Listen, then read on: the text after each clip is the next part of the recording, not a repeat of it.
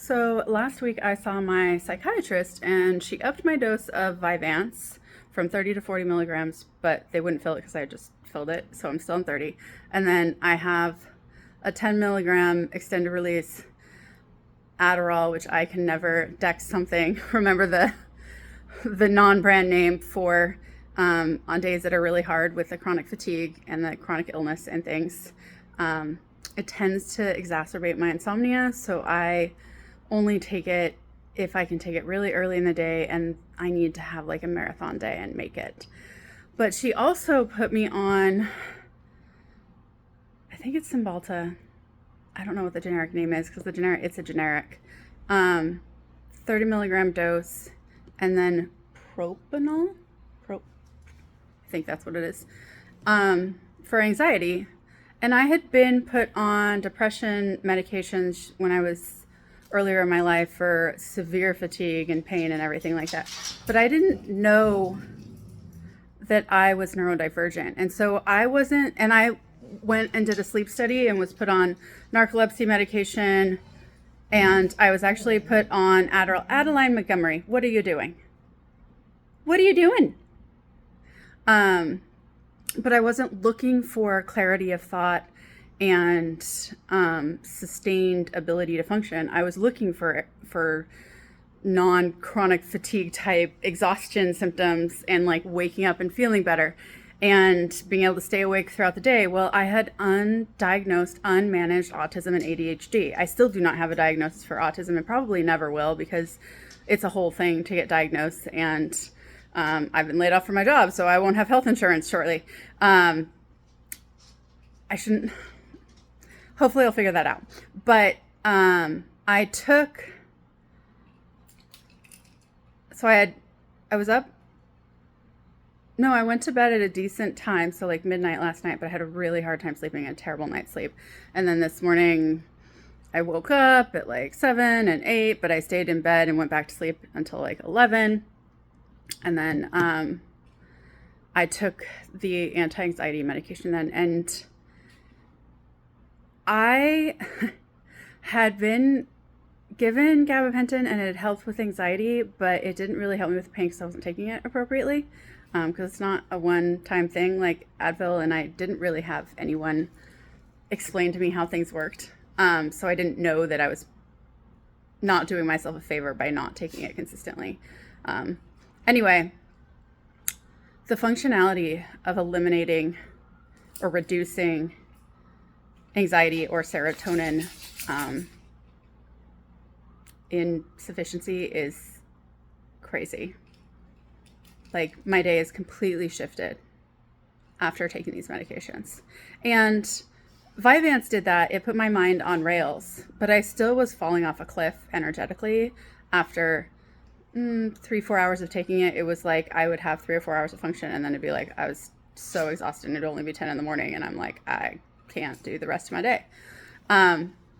Now, to be clear, all of these medications are done in combination with internal family systems therapy.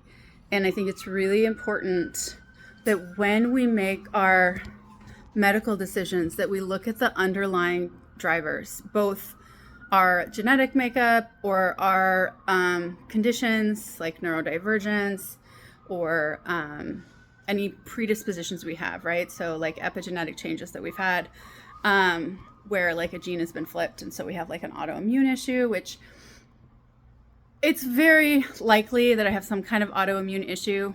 I choose to believe, this is not based in fact or science, I choose to believe that if we can turn something on, we can turn it off. I should say it's not based in fact or science, but I'm saying this as something I've chosen to believe based on my personal both learning and growth and spiritual beliefs. And also I study human systems engineering, and so but really it comes down to kind of a spiritual belief that essentially if our biological systems are capable of building a whole ass human from scratch, from a few cells, then it's capable of growing teeth and arms and legs. We just don't know how yet, right? So it may not happen in my lifetime that we have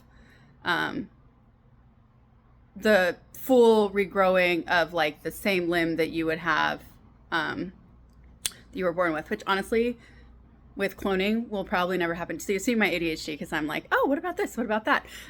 So with cloning, I'm thinking of horses because I have a 30-year-old horse that I adore. And if I was mega wealthy and could get the same horse, I would clone him. But with clones, you're getting the genetic components, but even their markings, their white markings are based on something that happens in the womb.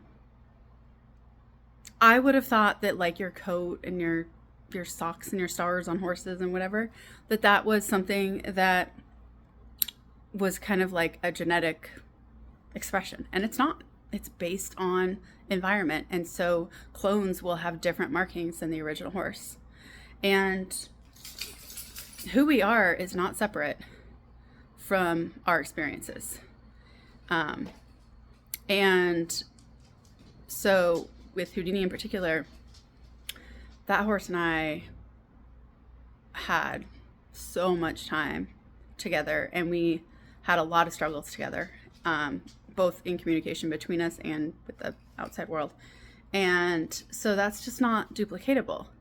Now, would it be amazing? Because I would love to be able to do everything right with Houdini, and give him, or a version of him, my best self now, because Houdini is the one who taught me everything, and he didn't get the benefit of the learning, because he's the one who's been teaching me all along. And so he gets the lesser, the less kind, the less knowledgeable, the less mobile, the less healed, the less everything version of me, and brings me up to the more version. So he doesn't get to experience until after he grows me the more version, but he's 30 now. So it's completely off topic. I can't get over the importance of not prejudging something. So I also, a couple years ago, I did a GLP-1 inhibitor, and it made me incredibly ill, and I didn't have a lot of oversight. So I didn't know you're supposed to titrate up. The pharmacist was just going to send me on the way. There was no oversight from my PCP. Like, I didn't know anything. I had to stop and be like, well, how do I inject this? And they're like, well, you need a separate prescription for needles. So that's like the level of oversight that I've had in the past with things. And I don't regret the decision to do that, because I was in so much pain with so much inflammation, edema, and weight that I could not move. And my body didn't want to release it. And so it took 2 weeks of literal starvation. I mean, my hair fell out, my skin got saggy. Like, it was rough, and I was incredibly weak, and I was puking from the pressure. Of like the gas or whatever, I don't know. And so it was extremely hard on my body. I would not do it now, but I would do it again in the same circumstances, because I needed that to get over the hump. And that's the same way that I feel about medications that over time you may need more and more, or it may compromise your ability to produce things on your own. So right now I'm on Vyvanse, I'm on Cymbalta's generic version. I have Adderall if I want it, and I have Propanol, if that's actually the name, to extra get over the hump of anxiety, which I get an anxiety attack every time I leave my house. It's not about going out in the world. It's about leaving my dogs and something bad happens. Because I've had a lot of animal tragedies. And so I'm just like afraid to leave my animals all the time. I'm afraid to leave the barn. I'm afraid to leave the house. And, you know, I'm 3 years into internal family systems therapy. So I have processed a lot of trauma. And there's still a part of me that just, I see trajectories, and I know anytime something happens, I know what the alternate was. So like if I avoid an accident, and it could have been like deadly or bad, or I make an error on the road, like say, like there's a time when I was driving home from college and I ran a stop sign because I was just zoned out, and it was a 4-way stop, and all directions were 55 miles an hour. And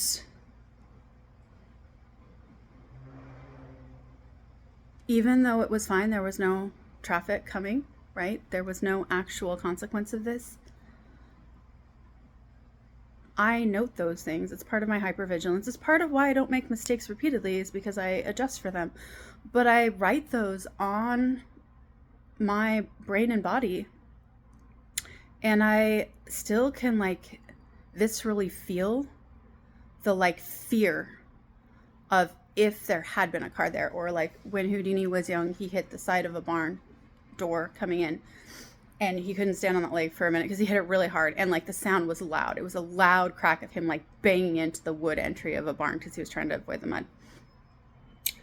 And I ran crying hysterically into the house. I got him when I was 13, so I couldn't have been more than 15 because he wouldn't have been more than 2 because I moved him after that.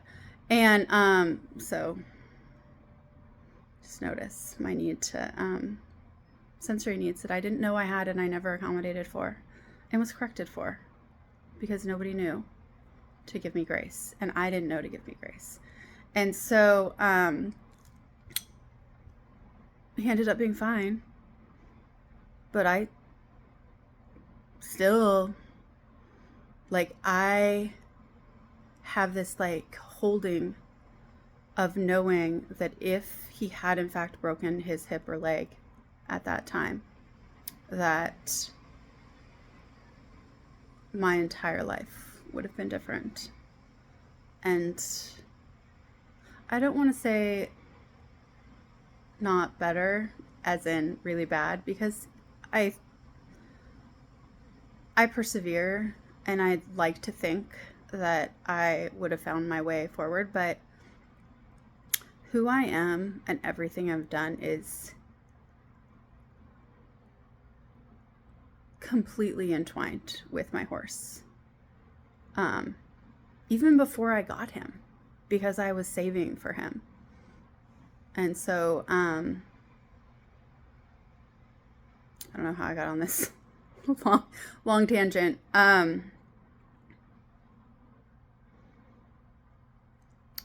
Medications. It does real harm when people go out and say that other people should not use medications or whatever, whether it's GLP-1, if it's propanol or Cymbalta or SSRIs or SSNIs, which I don't know the difference, but they shouldn't use ADHD medications.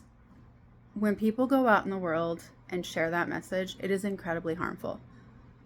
Now, I do think and believe strongly that we should never pass on the care of ourselves or our animals to someone else, not to a trainer, not to the vet, not to anyone, because you are the one who has or should have your best interest and your animal's best interest at heart.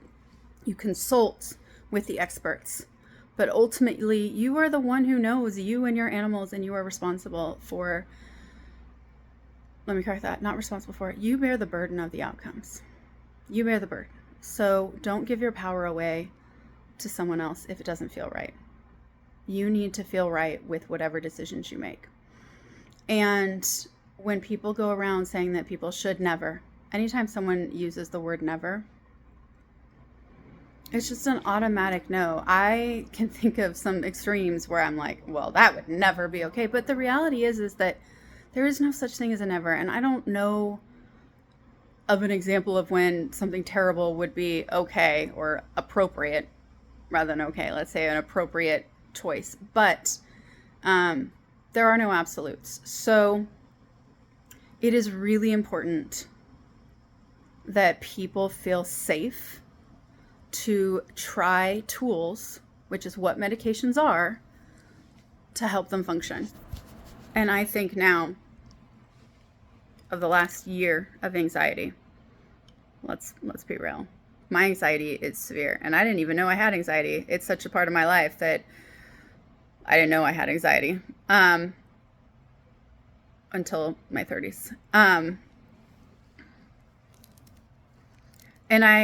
I don't believe in regrets because learning to navigate the world with anxiety is an essential tool for me. I have it currently, severely, I'm now realizing. Because here's the other thing is that you don't know how severe something is until it's gone. You don't know how big the weight is that you're carrying in until it's gone. So it's really, really important to not judge or shame people for using the tools that are available to them.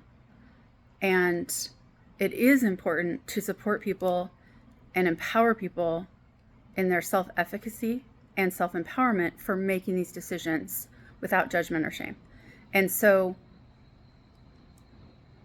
when I first went on Vyvanse, I wouldn't take it every day because I had issues with that.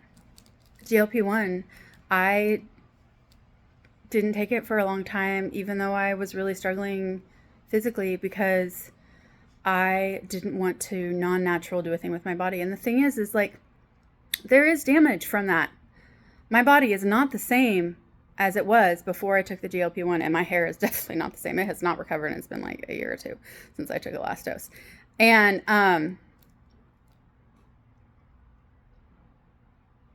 that doesn't mean that it was the wrong decision, because it's what I needed systemically. That tone was super judgy. I have this monologue that kind of runs and monitors my tone and stuff because I'm now realizing this is a masking autism thing.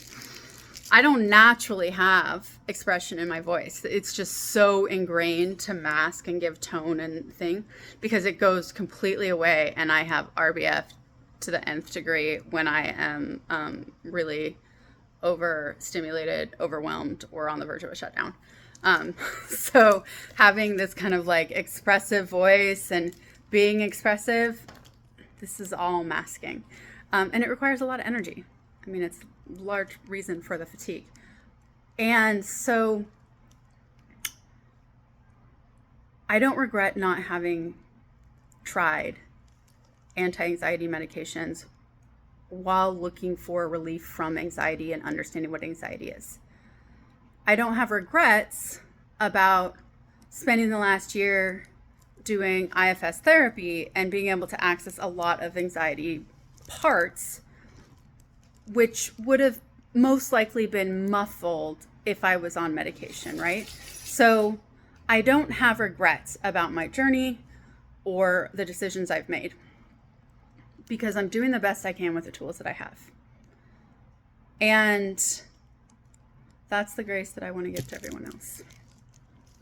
It is okay to use a medication or a tool to help yourselves. And I'm not going to advocate for illegal substances, but the reality is I have a lot of empathy for anyone who needs to use some kind of substance to get through, whether it's alcohol, cigarettes, something that's not quite so legal, a legally prescribed, correctly dosed prescription from a psychiatrist.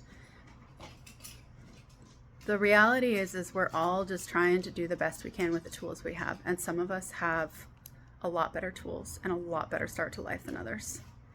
And it's okay to do what you need to do. And it's okay to forgive yourself for not knowing what you didn't know. And to be clear, I am in significant financial distress. And so I'm saying this as someone who has my biggest trigger as someone who grew up in poverty for complete paralysis, like inability to function. It's just like overwhelming inability to have the money to do the thing. So it's like, oh, I need to do X, Y, and Z, but you need fuel for this, and you need money to buy groceries, you need money to get your prescriptions, you need money to fill your gas tank, you need money to make your car payment, you need money to make your car insurance payment, you need money to pay your rent, right? So like, you need money to not get an over 30 on your credit so that you can continue to function in modern society. After working for 5 years to improve your credit and having it at risk because you're in a foreseeable endpoint financial challenge, but don't have any immediate solutions.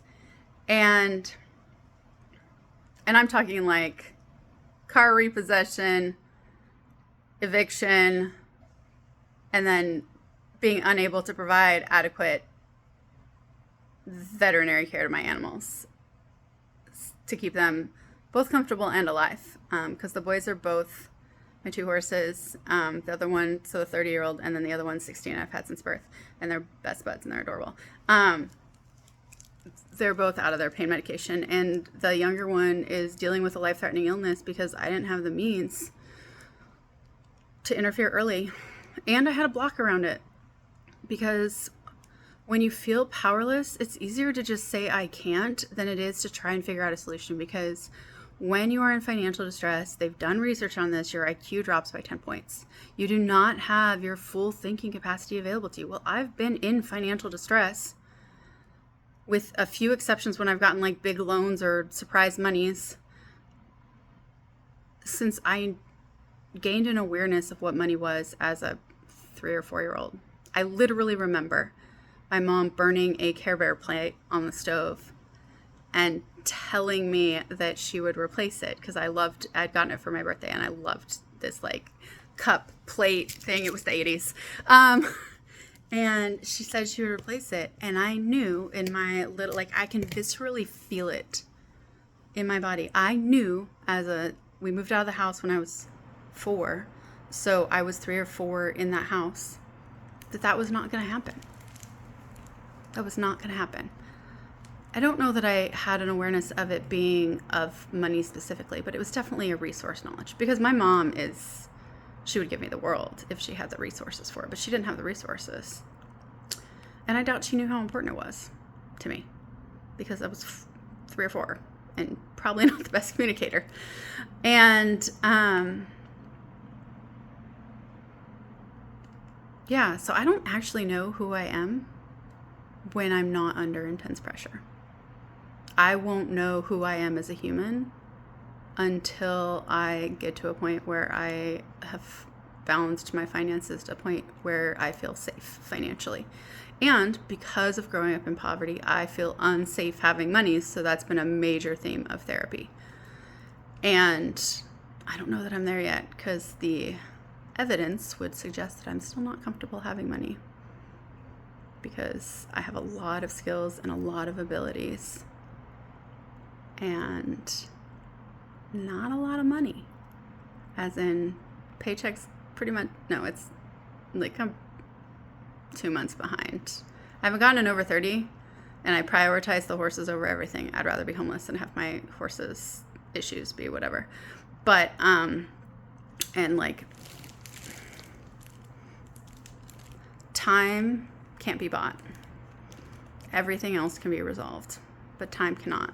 So I choose to do whatever it takes, which included going into massive debt, which is a large driver of why I'm where I'm at, is because in my quest to keep my 30-year-old and my 16-year-old, but more the 30-year-old, because he's had a lot higher needs, alive and comfortable and happy, and to support myself in healing, I've gone deeply, deeply into debt.